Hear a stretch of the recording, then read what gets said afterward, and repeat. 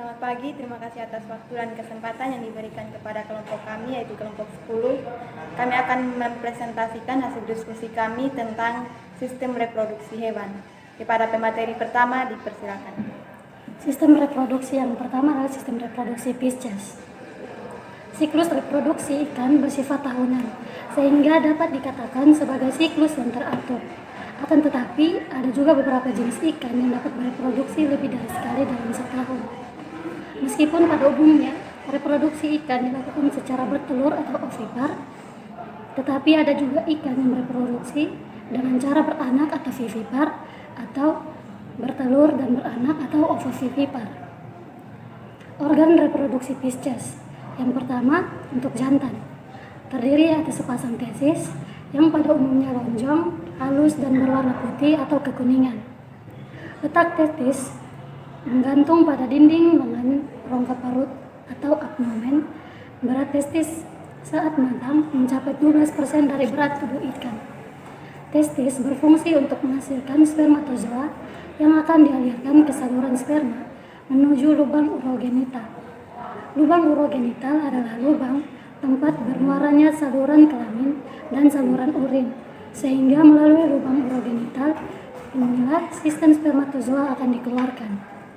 Kemudian, organ reproduksi pada betina. Terdiri dari ovarium yang berwarna bening kemerahan seperti agar-agar dan berbentuk longitudinal. Berat ovarium saat matang dapat mencapai 70% dari berat tubuh ikan. Ovarium terletak di dekat usus, mengisi 2/3 rongga perut atau hampir menutupi organ-organ tubuh. Ovarium berfungsi menghasilkan sel telur atau ovum. Ovum keluar dari ovarium menuju oviduk, kemudian menuju lubang urogenital. Dari lubang urogenital, ovum yang telah disiapkan dibuahi akan keluar. Kemudian teman-teman dapat melihat gambar pada PPT yang telah dikirim. Ada contoh sistem reproduksi ikan betina dan jantan. Selanjutnya, fertilisasi internal pada Pisces. Ikan yang melakukan fertilisasi internal adalah ikan jenis ovovivipar. Fertilisasi terjadi di dalam tubuh ikan betina, diawali dengan masuknya sperma ke sel telur melalui mikrofit. Meskipun terdapat banyak sperma yang hendak masuk, akan tetapi umumnya hanya satu sperma yang dapat membuahi sel telur. Oosit yang telah dibuahi tersebut kemudian membentuk zigot dan selanjutnya berkembang menjadi embrio. Embrio mengalami penyempurnaan bentuk menjadi anak ikan yang mirip dengan induknya. Kemudian fertilisasi eksternal pada Pisces. Pada umumnya, ikan jenis ovipar akan melakukan fertilisasi eksternal. Ikan jenis ovipar mengeluarkan telur dari dalam tubuhnya untuk dibuahi oleh ikan jantan. Proses pembuahan sel telur oleh sel sperma berlangsung di luar tubuh ikan. Pada saat ikan betina bertelur mengeluarkan ovum, ikan jantan mendekati telur-telur tersebut sambil mengeluarkan spermatozid.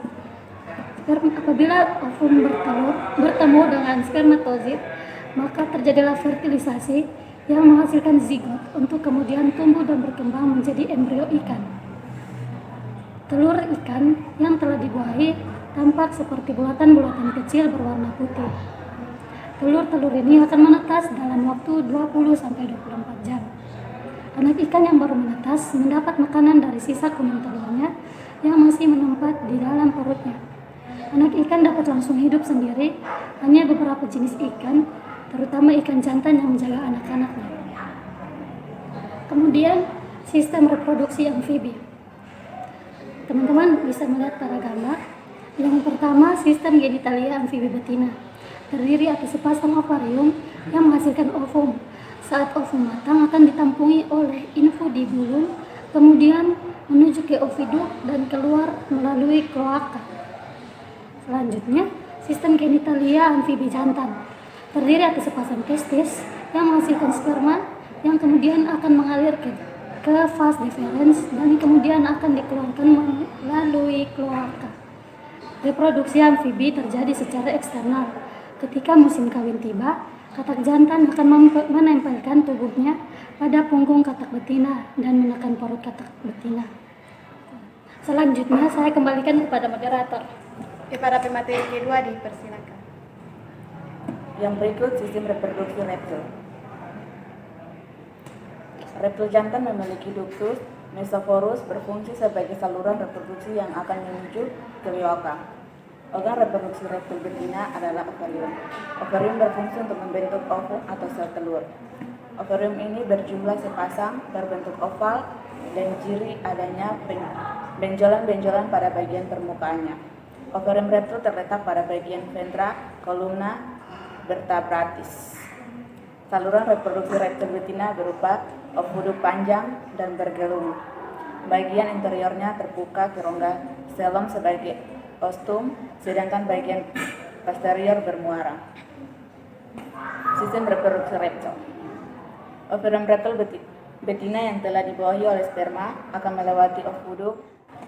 Reptil jantan memiliki ductus mesoporus berfungsi sebagai saluran reproduksi yang akan menuju kelioka. Organ reproduksi reptil betina adalah ovarium. Ovarium berfungsi untuk membentuk ovum atau sel telur. Ovarium ini berjumlah sepasang, berbentuk oval dengan ciri adanya benjolan-benjolan pada bagian permukaannya. Ovarium reptil terletak pada bagian ventral kolumna vertebratis. Saluran reproduksi reptil betina berupa oviduk panjang dan bergelung. Bagian interiornya terbuka ke rongga selom sebagian ostium, sedangkan bagian posterior bermuara. Ovarium reptil betina yang telah dibawahi oleh sperma akan melewati oviduk. Pada saat melalui oviduk, ovum yang telah dibawahi akan dikelilingi oleh cangkang yang tahan air agar tidak rusak jika nantinya diletakkan di tempat basah. Pada beberapa jenis reptil, telur ditanam dalam tempat yang hangat dan ditinggalkan oleh induknya. Contohnya adalah kadal, iguana, ular, buaya, dan kura-kura. Di dalam telur reptil akan terdapat persediaan kuning telur yang berlimpah untuk cadangan makan embrio. Yang berikut sistem reproduksi Aves. Sistem reproduksi teman-teman bisa lihat pada PPT. Sistem genitalia jantan. Yang pertama testis. Tempat untuk membuat dan menyimpan sperma berjumlah sepasang, berbentuk oval atau bulat. Bagian permukaannya licin, terletak di sebelah ventral lobus, renis bagian paling karnial. Yang B, saluran reproduksi.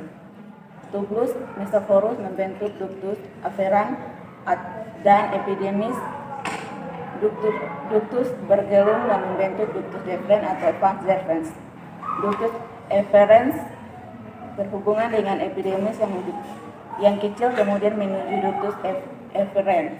Ductus efferens berhubungan dengan epidermis yang kecil kemudian menuju ductus efferens. Epidermis berjumlah sepasang berukuran kecil terletak pada sisi dorsal testis. Epidermis ini adalah berupa saluran yang dilewati sperma dan menuju ke ductus deferens. Ductus deferens berjumlah sepasang saluran yang masuk ke kelioka. Yang berikut sistem genitalia betina. Yang A, ovarium. Ovarium yang berkembang hanya yang kiri dan terletak di bagian dorsal rongga abdomen. B, saluran reproduksi.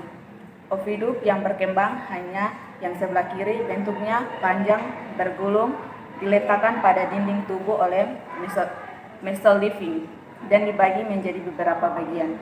Bagian anterior adalah infundibulum yang punya bagian terbuka yang mengarah ke rongga selom sebagai ostum yang dikelilingi oleh fimber-fimber. Di posteriornya dapat magnum yang berfungsi mengekskresikan albonium. Selanjutnya intimus yang mendekskresikan membran sel telur dalam dan luar. Uterus atau sel gland mempunyai fungsi untuk menghasilkan cangkang kapur. Sekian dan terima kasih, saya kembalikan kepada moderator. Materi selanjutnya akan dilanjutkan oleh saya sendiri. Sistem reproduksi mamalia. Anatomi alat kelamin hewan jantan pada mamalia umumnya terdiri dari yang pertama alat reproduksi utama yaitu gonad atau testis. Yang kedua saluran alat reproduksi yang terdiri dari epidermis, vas deferens, ampula, dan uretra. Kelenjar aksesoris yaitu kelenjar vesicula seminalis atau vesicularis, kelenjar prostat, dan kelenjar bulbo utetralis atau koples. Yang ketiga, alat reproduksi luar yaitu penis dan prepucium serta skrotum. Alat reproduksi hewan jantan dapat teman-teman lihat pada gambar 1 dan 2. Yang kedua, anatomi alat kelamin hewan betina umumnya terdiri dari yang pertama alat kelamin utama, gonad dan ovarium. Yang kedua, saluran reproduksi terdiri dari tuba fallopi, uterus, cervix, dan vagina. Serta alat kelamin yang ketiga yaitu alat kelamin luar terdiri dari vulva dan clitoris. Untuk alat kelamin betina dapat teman-teman lihat pada gambar. Yang berikut, ovarium terdiri dari bagian dalam disebut medula dan bagian luar yaitu korteks. Pada bagian medula terdiri dari jaringan ikat fibroelastik yang tidak teratur dan sistem saraf serta pembuluh darah dan limfe yang memasuki ovarium melalui hulus. Pada bagian korteks terdiri dari sel epitel berbentuk kubus yang disebut sebagai epitel kecambah.